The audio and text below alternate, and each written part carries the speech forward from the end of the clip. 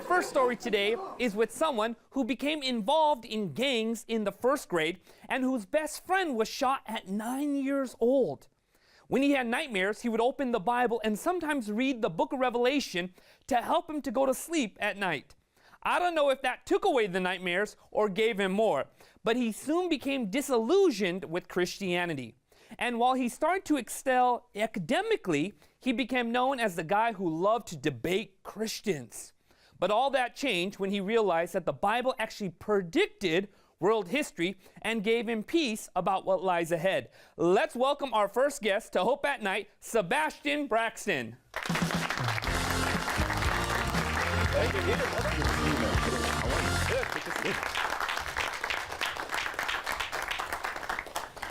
Sebastian, thank you so much for being here. It's a pleasure. That was a pretty good introduction. Now, you were raised in a home that really wasn't hostile to Christianity. Mm-hmm. What was that like, and how in the world did you start embracing atheism? Well, yeah, definitely a loaded question. So my parents met at a Christian university. I was the result of two teenagers in college, couldn't keep their hands off each other. And then I came about. As a kid, I was always gravitating towards things that were very transcendent. So I was into Marvel Comics, I was into DC Comics, and anything that was, the concept of a God being and this all-powerful entity and the responsibility of that. So at 9 years old, I'm having these nightmares, and for some reason, I wake up. We'd never read the Bible. We've never had family worship. It's midnight. And normally I would sneak and watch TV on like volume level 1, right? Tom and Jerry or whatever was on late at night. But for whatever reason, this one night, I'm like impressed to open the Bible. The pattern was like this. I would have a nightmare, I would wake up, I would read Revelation probably for about an hour, and all of a sudden I would just feel better, and I would go back to sleep. My parents had divorced, and my father was living in the Bible Belt, United States. Go down to live with my dad because a lot of African-American males didn't really know their dads. Grew up, like you mentioned, in a really gang-infested neighborhood. And so I was like, this is an opportunity for me to spend time with my dad. And so I went to Atlanta, huge Christian community. And during this time is when I became disillusioned with Christianity, because you're seeing, this guy at high school, he's driving a Bentley. His dad's the pastor of one of the biggest churches there. 16 years old, driving a $100,000 car. And this young lady came to me and was like, hey, we're having a raffle at our church. You could win the pastor's Bentley. And I'm like, Jesus was poor. So what, you're raffling off a Bentley? Like I said, you guys have a bus that takes people from their homes to your church. If he sells the Bentley, he could buy 10 families Honda Accords. And she was like, well, that's not really how the church works. And so this sort of started me down. And then my senior year in high school, this was like the real crux event. So my senior class, they decided that, we're going to get together in the mornings and we're going to have a spiritual time, and the school allowed it. So we didn't have to attend first period, which was homeroom. So we're getting together, and the weekend just passed, crazy weekend parties, the whole nine. And this sister stands up and says, hey, we got to give our hearts to Jesus. Now, in my mind, I'm thinking, sister, just 24 hours ago, you were shaking your what? And I'm thinking, now you're telling me I need to give my life to Jesus. So this started a debate. And that sort of debate I guess you can say it was a catalyst for me. And I was like, I actually hate everything about this. And so I would go every morning just to debate. And eventually I got banned from the morning things. But ironically, I was in tension because in my biology class, he says, a random event occurred and life started. And my hand goes up. I'm like, explain that to me again. A random event. Yeah, just time plus chance plus matter. I was like, that makes sense to you? And so I'm debating with my biology teacher. You were debating with Christians, and you were debating with the evolutionists. Yes, I'm in both camps. So now this sort of tension for me, when I get to college, I joined the Marine Corps.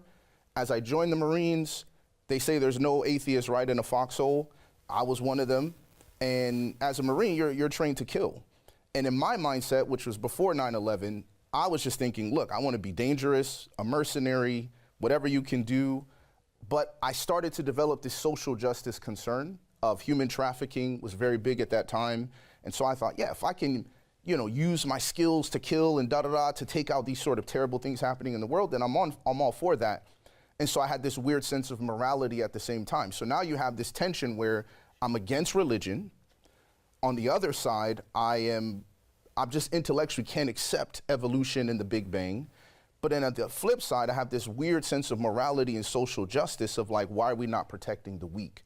And this sort of coalesced into this sort of aggressive atheism, where it's like, well, what are Christians doing for these things in the world? Was there a moment that was, you could call it the defining moment, where you decided, look, I'm actually a believer in God. I'm a believer in Jesus. Yes. What took place? So in college, I was known as the guy who was debating Christians.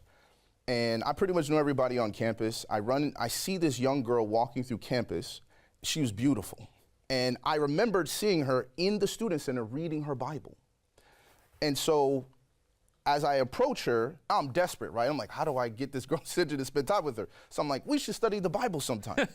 So I'm thinking, I didn't really want to study the Bible, but I'll listen to you talk about anything. So in that process, she sits down and gives me a Bible study on Daniel chapter 2 and Daniel chapter 7, Bible prophecy. 4-hour Bible study. 4 hours? 4 hours in school, right? I missed my computer class because she finished Daniel 2 and she was like, well, there's another section, but I know you have to go to class. I was like, no, go ahead and finish. And I was fascinated because I loved history. And here she is telling me that I know as a historian, armchair historian, I'm not like officially, but I loved history. So I'm thinking, you're telling me that the book of Daniel at least was collected by 300, 400 BC, is predicting events that happened well AD. And you're telling me this is in the Bible. And I'm like, how is that possible? And I knew the history better than her. So she's like, well, after Alexander the Great, there were 4 generals. Yeah, Cassander, Lysimachus, Ptolemy, Seleucus. I knew who they were. And so I go home, only thing replaying in my mind is this study. And the reality of, if this is true, then surely this has to be inspired. Wow. There's no other explanation. How can you predict future events unless there's an intelligence that knew these things before they came to pass? I mean, that's the stuff of science fiction. Like, you're thinking Back to the Future, like all these type of things. Like, in my brain, as an 80s baby, like, I just cannot understand how a book could have done that. And that other people had this book, and I'd never heard a Christian talk about it one time. You felt like you were beginning to trust because you were learning about prophecies in there. Yes. That were clearly precisely defining events that were taking place or had come to pass well before that took place. That's exactly right. And the thing about prophecy is the fact that what appealed to me as an atheist was that prophecy invites you to reason. It invites you to validate, because one of the pillars that grew out of loving history is archaeology. So now you can go and see David was a real historical person. Jerusalem was a real historical place. Nebuchadnezzar was a real historical person. So you're like, I know that these people existed. I know that this is true. You're just telling me this predicted ahead of time. So what prophecy does is Jesus tells us in the New Testament, John 13, he says, I tell you beforehand so that when it comes to pass, you might believe. And so faith rests upon evidence, not demonstration. And that was always my issue as an atheist. You always want me to be a Christian first, and then I'll find out why. But God is not insecure. You can evaluate him before you even believe. Right. See if I'm telling the truth. See if I actually can predict. And find me another path, another religion that has a prophecy that you can validate and evaluate from the outside. Okay, so here you are as a young man. You had a Bible study with a beautiful young lady. I did. You were now wrestling with these deep truths. Yes. You were confronting that you're part of a bigger reality here. Heavily. What started to change from that point on? Well, immediately what started to change was I had to read the Bible. So I'm like, if this thing is inspired, that means this is actually from God. Like, the stuff I was into in atheism, Area 51, like aliens, like you're looking at all these websites that are only online for like an hour. I'm sitting here going from, do we have extraterrestrial contact, to, if this book is inspired by God, that is extraterrestrial contact. God is not from this world. There is life intelligent outside of Earth that is communicated with us through this book. So I have to read it. So I start reading 15 chapters a day. And as this happens, right, all of a sudden, I was into hip hop music, and I was actually working on a record deal with several different popular producers in Atlanta at the time. All of a sudden, my heart's not in it. So I'm at this studio meeting, and they're like, hey, Sebastian, we want to get you to the studio. We're going to record. We're going to do this and that and the third. They're like, okay, we're going to put you, and all these artists here on the website. And I was like, well, can you just take my picture off the website? So now the producer's like, what's going on? Like, what artist doesn't want to be featured on a website? And so this reading of the Bible began to change my party life. So now my friends are like, yo, we're going to the strip club. Not into that. Hey, man, we're going out to this party. No, I can't do that. And my friends are like, what happened to this brother? So they thought it was the girl. A lot of these perspectives on things started to change. But the last thing that really changed for me that was really shocking was the idea that I could live above my weaknesses, that there was a righteousness that could come by faith, that God would actually help me with my struggles. And I was in this relation with this Christian girl at the time. We were being intimate. I'm reading the Bible, and I come to the 10 Commandments. You shall not commit adultery. And I'm like, wait, but that's for married people. So, of course, you know, my intellectual brain goes to the dictionary. No, you're being intimate with someone who is not your wife. So I'm like, I wonder if my girlfriend knows this. She's a Christian. So I call her. Hey, did you know? And she's like, yeah, I knew. And so I was thinking to myself, we should probably stop. She's like, sure. And so I'm like, oh, I'm scot-free. So I come back, we get together, and it doesn't stop. And so I was like, and so I get this sermon about how God can help you by faith to deliver you from your struggles. In this sermon, the preacher says, well, why do we wait to talk to God after the temptation? Why not talk to him right then? So in the moment the temptation comes along, my girlfriend's like, all right, I have to go. But then it's like goodbye, hug, kiss, all of this stuff. And so I'm like, ooh. You've never seen a guy so happy to see his girlfriend leave. I was packing her stuff. I was getting her jacket for her because I'm thinking, man, I'm about to see if this Christianity stuff really works practically, not just intellectually. The prophecy convinced me mentally. This experience is what convinced me of the reality. And so in this moment, my girlfriend is like, hey, nobody's home. It's just me and you. We said we would stop one last time. And in my mind, I'm praying because the sermon comes back to my mind. Talk to God right now. So I'm talking to God in my mind, like, Lord, I don't want to do this. I have never gone to church. I've never attended any spiritual community at this point in time. In my mind, I'm thinking, well, I've already fallen, and I'm waiting for God to do something miraculous, right? Like, oh, boom, you know, nothing. And so I'm about to lose hope. I'm about to give up and say, what's the point? And in that very moment, God supernaturally removes all sexual desire from me. It's like electricity came over my body. So I'm like, this is crazy. Pushing my girlfriend off, she starts crying. She's like, I think we should break up. She left. I came in my house and I sat on my bed and I said, Christianity is real. I'm gonna be a Christian. And that very next week I was in church. You experienced this tremendous victory in the midst of this struggle, this temptation, this battle. Yes. And it convinced you of the reality of God's goodness and his strength. 1,000%. There's a lot of things that can happen in life that can discourage you, that can make you question. But when you have an experience with God and you say, Lord, I'm going to take you at your word, and he comes through, that's what prophecy is. You take him at his word and he comes through. Not only does he do it prophetically in history, he will do it in your history, in your life. And in my life, that was the experience that I always go back to whenever I struggle, whenever I doubt, whenever I question. Sebastian, you cannot deny what you experienced in that very moment. And if God never worked another miracle in my life, that one thing is enough for me to go back to and to at least give that spark to my faith that I'm going to hold on to forever. Incredible. You know, in our world today, we have more access to Bibles than we've ever had before. There are more preachers probably around than we've ever had before. It's true.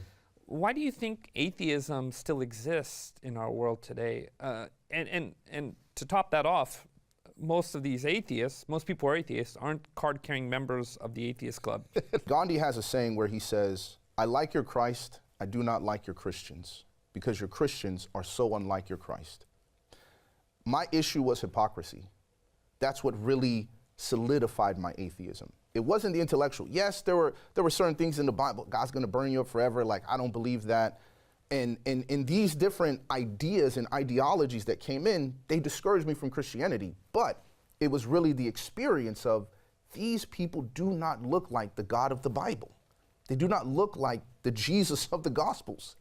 And so atheism today is mainly a practical atheism than it is an intellectual atheism. Because in reality, as I tell my former atheist friends, and I'm still friends with some of them to this day, 20-something years later, and I'm like, listen, if you want to destroy Christianity, that's fine. And you say, look, he's nothing different from the Easter Bunny or Santa Claus. Great. But what's your answer for suffering in the world? What's the hope that you can offer people? See, I've been where you were on that side of the table, and there was no hope. There was battles in my life that atheism could not solve and answer. Yes, I'm struggling with this and that, temptation and sin and evil in my life and terrible habit, and atheism provided no hope. So at the end of the day today, a lot of people, if they're truly fair intellectually as atheists, they have to admit their worldview is really leaning towards agnosticism. I just want to say I don't know. I can't intellectually prove it scientifically. But experientially, I mean, you have nothing to offer. What's the contribution? So at some level, atheism is going to persist as long as Christians do not look like Jesus, do not act and treat people like Jesus did, with respect and honor and love and a humility to desire to serve and to meet. But at the same time, intellectual atheism is only going to become more aggressive because while your life does not match as a Christian, you're trying to intellectually debate with me. And I'm not fighting you because I intellectually agree. I'm fighting you because I'm hurt. I'm fighting you because I'm disappointed. Right. And I don't know if you've ever been in a debate with a person who they stop making sense, but you realize that they're holding on to this thing like a dog to a bone because it intellectually means something to you. And so many times when I get in conversations, one of the most important questions you can ask a person when you're in a disagreement is, why is this so important to you? Why is it so important to you that God does not exist? If you ask an atheist that, well, I guarantee you a story is going to come. I guarantee you an experience is going. My dad was a Christian, was beating my mom. My mom was a Christian. She was literally the most cold, loveless person in my life. Like, in these different things, they're going to go back to a story. Because you don't become that aggressive, and it's not important to you on a personal level. But if we're intellectually honest, we have a saying in Jamaica, if a person is honestly mistaken, when you tell them the truth, they either cease to be honest or cease to be mistaken. But you cannot be both. The moment you're introduced to truth, and the moment I tell you as an atheist, there's evidence to believe Christianity. Christianity has evidence to support its worldview, but you still fight. Now we're not talking intellectually. We're speaking to the heart. I heard it once said that there are 5 gospels that most people read, right? Mm-hmm. Matthew, Mark, Luke, John, and the Christian. And most people read the 5th gospel. Oh, yeah. Right? It's not about the arguments. It's about the relationships and the life you live. If you just interact with people with kindness and joy and love and peace, or even your home and how your children behave, you have a certain sense in people's souls that, man. A loving and lovable Christian is a great argument for Christianity, and a loving and lovable family even more. That's right. Any other questions? Right over there. So people have been saying for years that Christ is coming. What makes them so sure that it's going to happen in the very near future? We're heading into places where we're not turning back the clock here. One thing I can also add is when the prophecy that I studied with that young lady was Daniel chapter 2, this dream of Nebuchadnezzar. And it started with his kingdom as this head of gold. He dreamed of this statue. Daniel interpreted for him. So in this prophecy, what you see is you're the head of gold. Then after you, another kingdom will arise of silver, then another kingdom of bronze, and then another kingdom of iron, and then iron mixed with clay. And then he says, and a rock is cut out of a mountain without man's hands, right? And this rock hits the image on its feet and destroys the image. So when you look at that, he essentially says this is several kingdoms that will come, which we know we have Babylon, we have the Medes and the Persians. Prophetically, we can study that out. And then the Greeks represent the brass, and then the Romans, the iron, and then Rome is not conquered, but divides itself, and then the iron and the clay, and then the rock. So if this prophecy is accurate, and majority of this vision is concluded, the only thing left to happen is this rock to be cut out and to strike this thing on its feet, which we automatically associate with Jesus's return, taking his kingdom, consuming all the other kingdoms, and consuming the world. So what we see prophetically is if 95% of this prophecy is completed and the last event is Jesus coming and setting up his kingdom on this earth and it consuming all other kingdoms, it also prophetically gives us a sense of time that says all these other major events have happened, this is the last one. Well, if this is the next event, then we're living in that time. And then you go to the signs of Matthew 24 and Luke 21 that say these are all the little markers along the way that tell you that. And so one example I can also share is when I was in Botswana preaching, I was sitting down in the inn and a lady hands me a newspaper and it says Jesus has returned. On the newspaper, 12-year-old boy says he's Jesus, he has 12 disciples, and Jesus said they will say he has returned. Jesus is in the wilderness and you have to go see him in the wilderness. Jesus said this was going to happen, and here it is on the cover of a newspaper, a national newspaper, that Jesus has come back. And people are claiming that he's there. So this lets you know prophetically on a broad scale and even in very detailed prophecies that he gave, these things are literally happening before our eyes, that his coming is near. Great. Excellent answer. Any other questions? Right over there.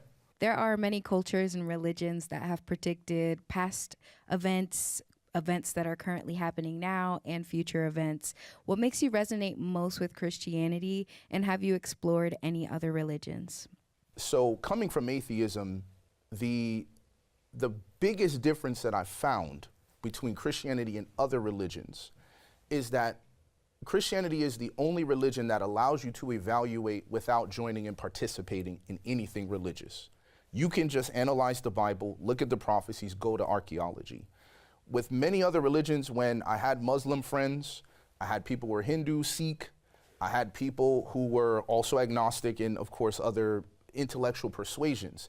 And a lot of these things, it was never something you could evaluate in an external piece to say, here's the evidence as to why my view of the world, the creation of the world, the origin of the world, the morality of how you should live, this is why, here's the evidence. And most of them, when they present evidence, like, for example, prophetically, it's very general, it's very generic, but this is very specific. After Babylon will be Medo-Persia. After this will be Greece. After this will be Rome. When you're talking about the Romans came from the Etruscans, and these people were basically no man's people, that they would eventually become the greatest empire, like no one would have believed you in the times of Babylon or Medo-Persia or even Greece. Alexander the Great is one of the best generals in the history of the world, militarily speaking. There's no way you're thinking they're going to get conquered and it's going to be even bigger than Alexander. So when you look at the biblical evidence and the archaeology to support that, no other religion can present that amount of evidence. Look at the copies of the New Testament. We have thousands, 35,000 manuscripts of the Bible. To say, was this really happen? Did someone really write this book? So when I've compared to other religions, which I did do to answer that part of the question, I did consider them. But the resonation with Christianity was, as an atheist, as an intellectual, I need something that not only speaks to my heart, but also resonates with my mind. I don't want to have to believe in a way that causes me to check out my intellect, suspend belief for a moment, and just walk in this and trust it. And most of the time with my Hindu friends, my Sikh friends, my Muslim friends, they would say, you have to experience it. You have to go to the mosque. You have to listen to the Quran be read in its actual original language, and then you will understand.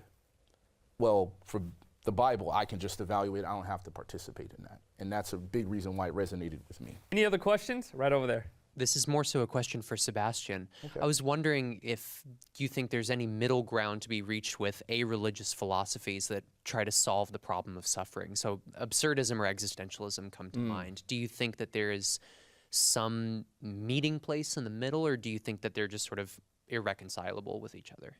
The problem of suffering with religious answers, for example, existentialism and living in the moment, when you look at Sartre and Camus and all these different people that went down that road, you found that they ended life with no hope, right? For them, they thought they reconciled it, but then existentially, ironically, that was not his experience.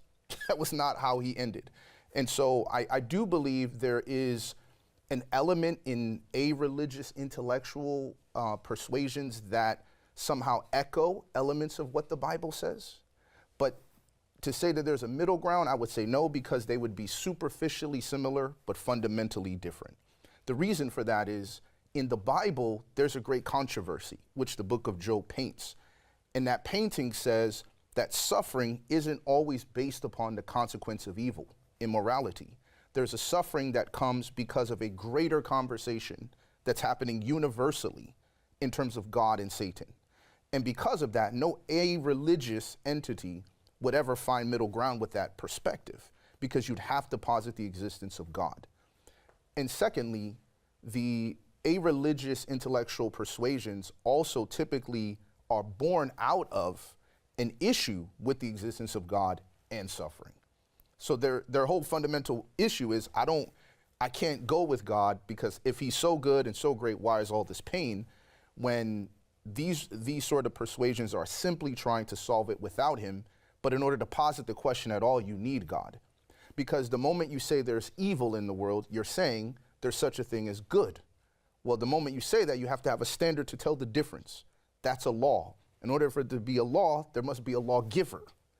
So, and that's God. But you're saying he doesn't exist. He doesn't matter. He's not relevant. And I remember having a conversation with a Jewish atheistic friend of mine.